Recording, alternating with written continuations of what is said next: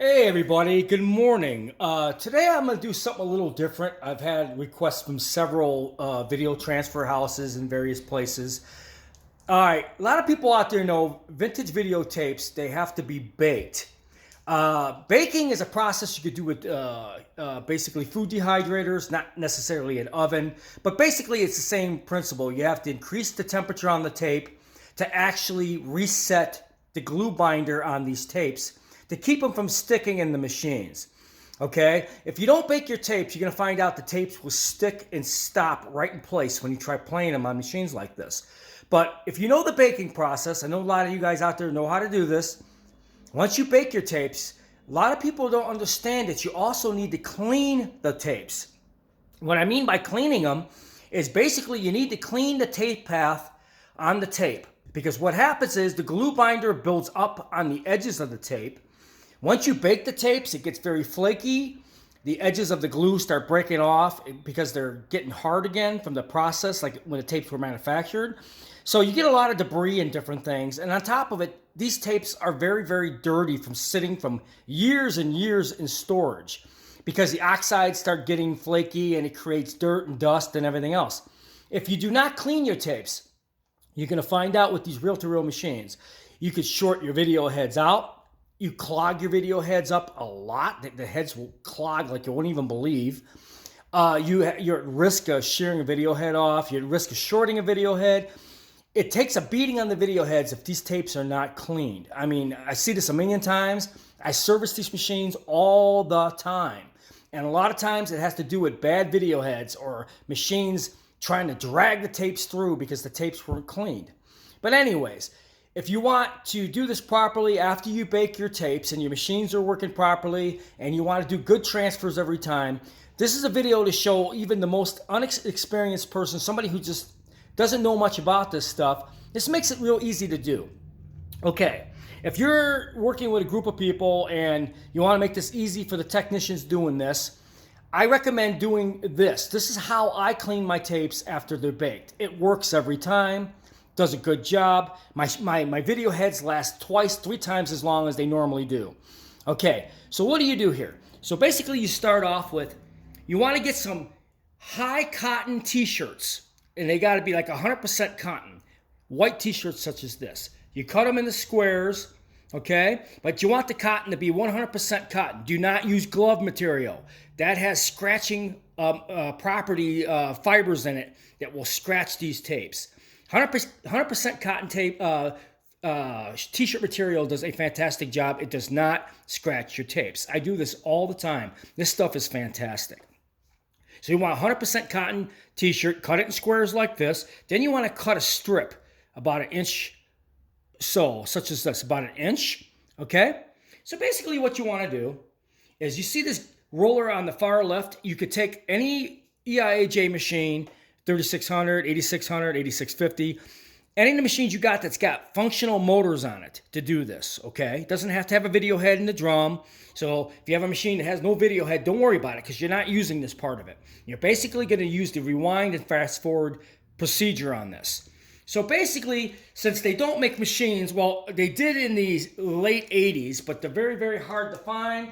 They were very, very expensive, and they used to clean these tapes. Well, these machines can't be found. They're very hard to find. So you have to come up with a similar process, which is what I did. Basically, you take your cotton material, which is your strip of t-shirt material. You want to wrap it around the actual guide, such as this. Get it around the guide as best you can, or basically, with this pin being in the way, I'm going to do it this way. See how I did that? I wrapped it around the guide. Then you want to take your tape, and you want to wrap the tape back into the little gully of that guide, okay? See how I did that? So now, and then what you want to do is first you want to advance your tape so you have enough tape to wrap around this. Okay. So basically, you want to just, it takes a little bit of time. It's not a 5-minute thing, but once you get it, you're good. See how I'm holding it with my fingers?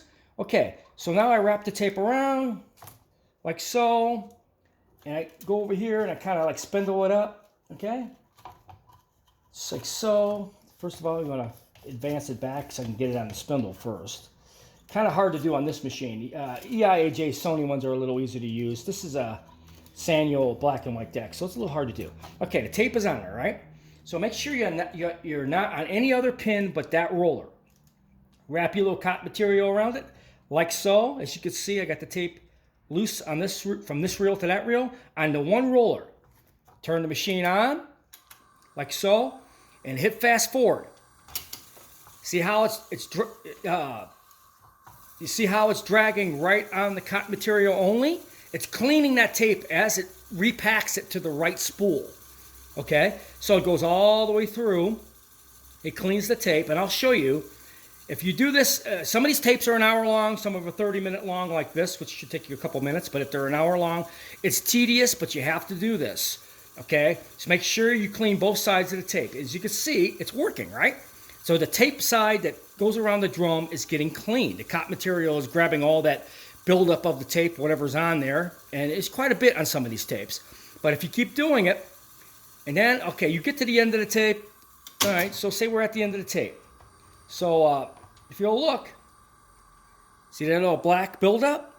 You'll see two lines, one here, one on top for the half-inch part of it. Sometimes you'll see a lot of buildup in the center.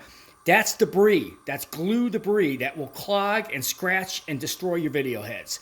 Trust me, I see this a million times. So basically, after you do this, after you get it all back how I had it, which is kind of hard to do on this machine anyways, but basically you want to, okay, I'll just rewind it. So basically you want to do that fast forward, and then you want to put the material on it again and do it in the reverse way. When you're actually, you want to do it in both directions. That's the best way to play. Forward and reverse. And it will pick up all the debris on this cotton material. Then your tapes are clean enough so the heads can flow without clogging and getting all gooked up and stopping and burning out your heads, shorting them out, cracking them. I mean, it does. These heads on these machines are very primitive. They're not like solid hard carbon that's used on these. They're very, very soft. They wear out very, very fast. They short out very, very fast. So make sure you clean them and you use this way of doing it.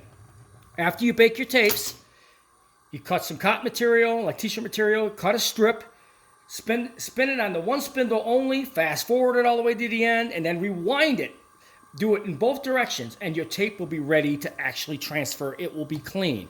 That will protect your heads, clogs. It will keep you from getting head clogs during playback of some tapes. I'm sure you've seen that. This cleans the tape pretty damn good, and then the tape is ready to transfer. I hope this kind of explains an easy way of cleaning videotapes, especially EIAJ, when you bake them. You could do this also on audio reel-to-reels, but if you have an EIAJ machine and it's like I said, it doesn't have to be working, doesn't have to have a video head. You could do this. If the motors spin and they go, you can put it in fast forward and rewind. You can actually do this on any EIAJ reel-to-reel machine. It's very, very simple. So I hope you guys enjoyed this video.